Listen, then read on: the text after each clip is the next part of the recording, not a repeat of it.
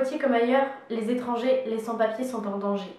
Menacés d'expulsion, ils n'ont droit ni au logement, ni au travail, et encore moins le droit de voter dans ce pays où règne une pseudo-politique de gauche. François Hollande s'est engagé lors de sa campagne sur de grandes avancées au niveau social. Or, nous pouvons constater que, comme dans les autres domaines, rien n'est fait. Il avait pourtant promis le droit aux étrangers de voter aux élections locales. Les Français sont de plus en plus partagés sur la question, et la droite traditionnelle comme radicale refuse fermement que les étrangers aient le droit de s'exprimer en politique. Ces réactions découlent directement d'idées racistes et nationalistes, car les étrangers qui résident en France paient les mêmes impôts que nous. Ils travaillent à nos côtés, mais on leur interdit de voter sous prétexte qu'ils sont étrangers.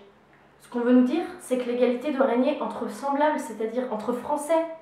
Nous disons non, il y a trop de racisme, il y a trop de rejet, d'exclusion et de discrimination. Oui au droit de vote des étrangers, et cela n'est que la continuité de la lutte antifascisme, antiracisme, anti-islamophobie et au soutien des sans-papiers. Mobilisons-nous, accordons aux étrangers le droit de voter. L'extrême droite doit reculer, elle ne passera pas. Je suis cet homme que l'on appelle, celui qui vient sans qu'on l'appelle, cet homme à la couleur étrange, celui qui bien souvent dérange, celui qu'on cache quand on a honte, ou bien des histoires sur mon compte, les yeux bleus comme une orange. Oh non, je ne suis pas un ange.